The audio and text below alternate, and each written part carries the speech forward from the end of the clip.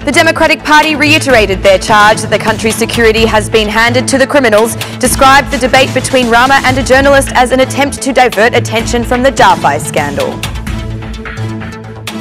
President Mehta spent time with the orphan children of our country under the framework of May 20, marked as National Day of Orphans, before declaring his unwavering support for these citizens. Mayor of Tirana, Arion Valii, was the guest of honour at the 19th edition of the Italian Construction Entrepreneurs Convention held in Naples, where he also met with his Neapolitan counterpart.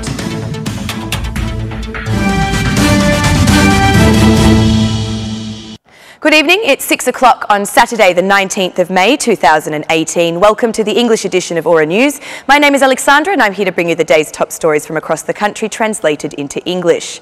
Following a debate between Prime Minister Edi Rama and a journalist yesterday, the Democratic Party has criticised his actions as an attempt to divert attention from the Jafai scandal.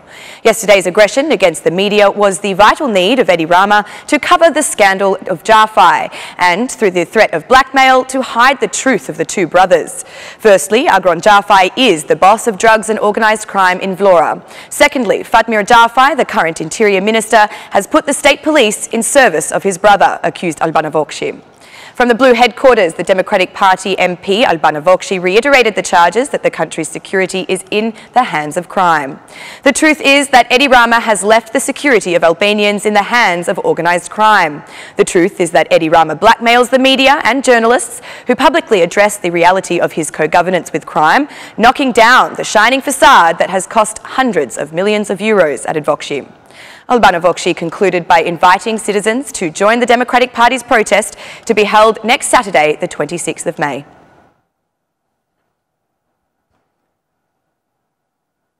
The beginning of the tourist season has prompted the tax authorities into action, conducting checks of businesses operating along the coast. The General Tax Directorate has warned all businesses to comply with legal obligations, emphasising the issuance of tax receipts, displaying prices and registering all employees. They reiterated that those found in violation of the law will face penalties. In instances where tax receipts are not issued, the subjects risk a minimum fine of 50,000 lek. Serial offenders face having their business activities blocked altogether. Regarding registration of employees, whether they be part-time or full-time, a fine of 200,000 lek will be issued for undeclared employees of big businesses and 50,000 lek for small businesses. Another aspect that will be in focus of the operation is ensuring product prices are visibly displayed in an effort to curb any abuses in pricing differently for tourists. If it is found that the prices are not displayed in a visible place, a fine of 50,000 lek is applicable for small businesses and 100,000 lek for larger businesses. If a business is found to be unregistered altogether, the administration will notify them to submit to the National Business Centre, otherwise they will be penalised by having their products seized.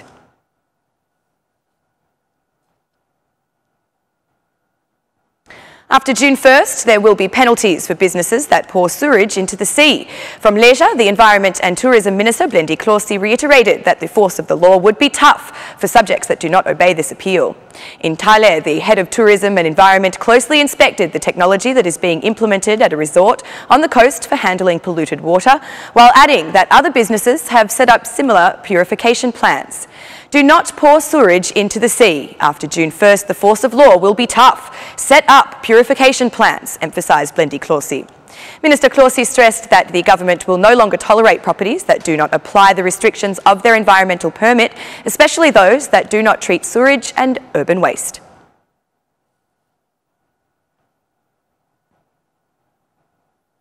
President Ilir Mehta organised a meeting with orphan children today as May 20 is marked as National Orphans Day. The head of state, Mehta, guaranteed his unwavering support. In fact, we had been an orphan nation for a long time, until recently when we found ourselves and now can believe that we are not such a nation. We are a much safer nation for the future. We are members of NATO, we are close to the European Union, and we hope to join the European Union. Of course, we need to take more responsibility to create a safer, more inspiring and engaging environment for young people and children. Anyone can suffer a disaster or accident in life. What depends on us is to love life, not to give up because of the difficulties, but to rise to the challenges of facing these difficulties and truly contribute to society through our abilities and talent, but also through goodness and love.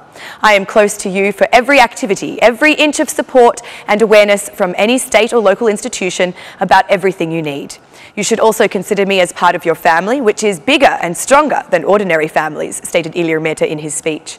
President Mehta said that more responsibility should be taken to create a safer, more inspiring and more engaging environment for orphan children, aware that these youths need more support from social policies. Statistics in Albania show that there are over 29,000 children orphaned, some of whom live in residential centres while others are receiving health services. Also raised as a concern for this category of citizens is the lack of support after having completed basic education, with most facing difficulties in the labour market.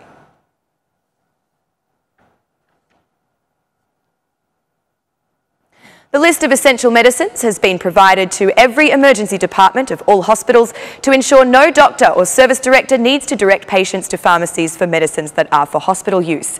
The Health Minister, Ogerta Manastirliu, conducted an inspection at Durrës Hospital to look closely at the supply of medicines. No one will need to refer citizens to receive medicines from outside the hospital, explained Ogerta Manastirliu. For the Health Authority, this is the way to ensure the maximum transparency for medicines available for hospitals. Also, Minister Manastirliu stated earlier that if medicines are not available, the responsibility will fall on the head of the hospital.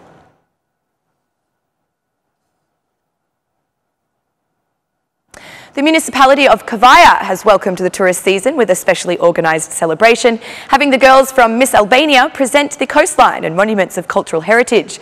Meanwhile, the mayor of Kavaya stressed that Kavaya will be the most visited city by foreign tourists. We have to take all the necessary measures for creating the conditions for businesses to operate in our area to ensure we have the highest quality tourist season. We will be the #1 in Albania for hosting foreign tourists, announced Mayor Isa Sakya. Sakya stressed that not only the various activities and the coastline will make this a successful season, but also organic food will be a big draw card to take effect in 2018, with the guarantee of many more successful years to come.